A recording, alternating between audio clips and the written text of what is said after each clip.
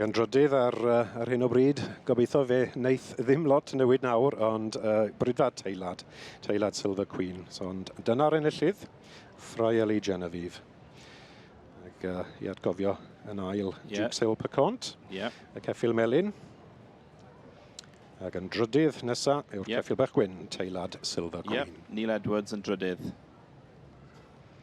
Beth ti'n meddwl o patrwn, Gwed? O'n i'n trafod yn gynharach yn y bore, dechrau'r bore, Cheryl yn mynd am rhywbeth at yn bach fwy o stretch, fel i fi'n gweud rhywbeth. Marchogaeth eto, menyw hela yw un, dy fe? Mae hynny'n hollol wir. A dwi'n meddwl bod yr un peth yn wir hefyd am Judith Reid, beirniad yr adran A. Mi fydd hi'n chwilio am geffil wyt ti'n medru cyfrwyo. Ceffil a tipyn o ben llinyn.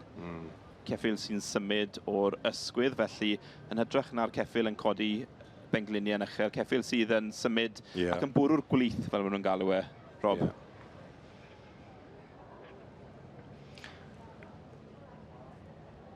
Does dim chwarae yn y cylch hyn.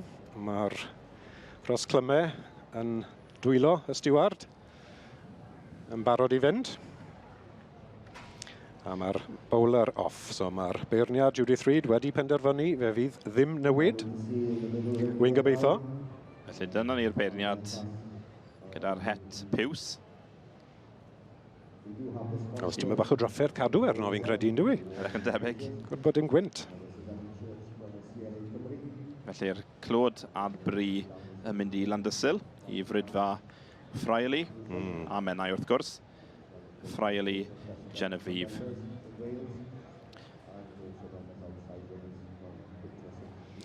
A dyma ni, mae'r foment fawr. Bethach wedi penderfynu. Siglo llaw gyda'r beirniad. A dyna'r diwedd.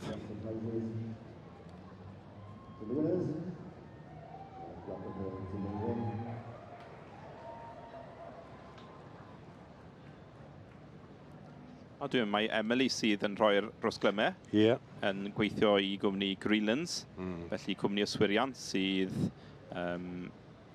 mae gyda nhw swyddfa yn Aberystwyth, a dwi'n gwybod bod Emily yn gweithio iddyn nhw hefyd.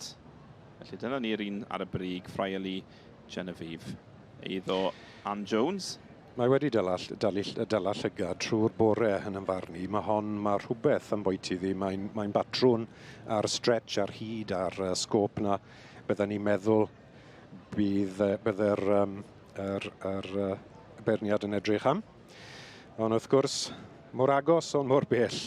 Digon da wedyn ni i P. Jenkinson a Duke's Hill Pecont. P. Jenkinson, Caseg yma eto a phen llinyn arbennig o dda. Yn diwe. Mae'r ceffil yma, dwi'n meddwl wedi cymwyso i sioe ceffil y flwyddyn hefyd o dan gyfrwy. Wedi cael crynlwyddiant yn y gorffennol, wedi ennill yn sioe Royal Windsor yn y gorffennol, Llanfair y Muallt hefyd. O pwy bart o'r wlad mae'n dod, wyt ti'n gwybod? Poppy yn byw yn Llanfair y Muallt. O, diwi? Felly, ddim yn byw ymhell iawn. Wrth gwrs, mae'r Caseg yma wedi cael ei magu hefyd yn Llanfair y Muallt gan teulu Shiel. Odyn.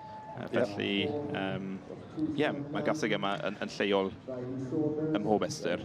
Dim bell i fynd gydre? Bosib bod modd iddi gerdded adre, bod ni'n byw mor agos. Dim cyn yr pencampwriaeth, wrth gwrs, sydd i ddod.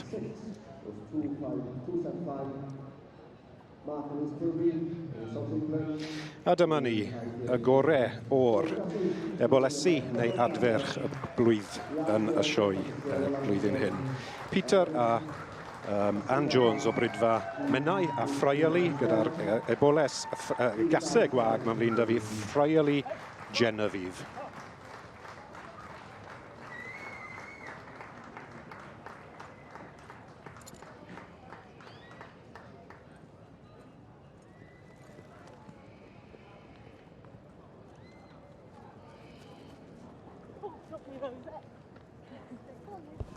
Oh,